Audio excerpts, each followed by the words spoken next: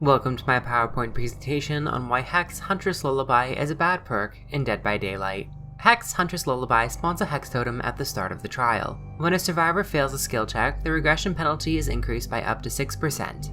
Each time a survivor is hooked, Huntress Lullaby earns a token. For each token, the skill check Q sound is reduced and eventually silenced. Huntress Lullaby is a pretty weak perk on its own, further weakened by its status as a Hex perk. Not only is it vulnerable as a Hex, but it spawns at the start of the trial and can easily be cleansed before the perk has any chance to gain momentum. The reason it spawns so early is likely due to the fact that it is a Hex perk designed in the early days of Dead by Daylight, but also because it has a core effect of increasing field skill check penalties. This is a fairly poor reason, as any player with some experience can reliably hit regular skill checks. As such, it acts more as a penalty to new players.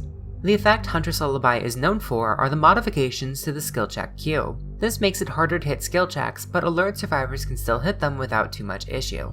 That being said, it does require the killer to hook 5 survivors to completely suppress the skill check warning. This creates something of a catch-22. Weaker killers who would benefit more from the time earned by failed skill checks are less likely to be able to secure those hooks and guard the totem, whereas stronger killers who don't need the time can more easily acquire those hook stages while protecting their totem. Even with that in mind, 5 hooks is still a lot for something that survivors can both get rid of and play around. Huntress Lullaby is a really weird perk.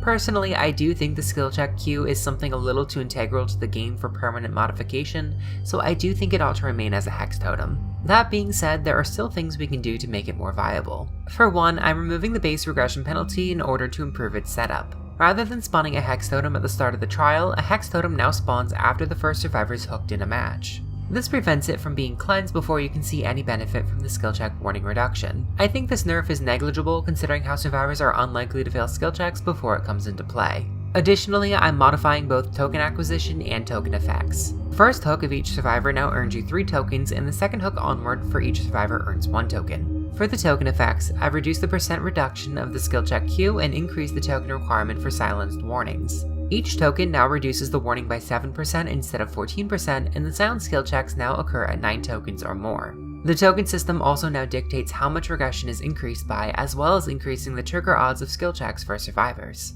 The number tweaks are in service of the token acquisition changes, and the acquisition changes are in service to both the killer and the health of the game. In its current form, Huntress Lullaby requires you hook survivors 5 times to achieve its maximum effect.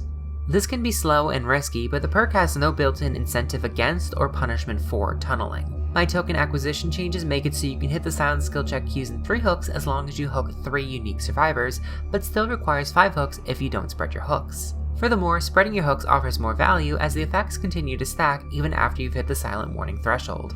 These changes help warrant its status as a Hex perk, as survivors will not want to ignore the totem for too long. While the token cap does seem pretty high, the effective maximum is 16 tokens before survivors start to die, so if the killer does manage that without the Hex being cleansed, I think they've earned it.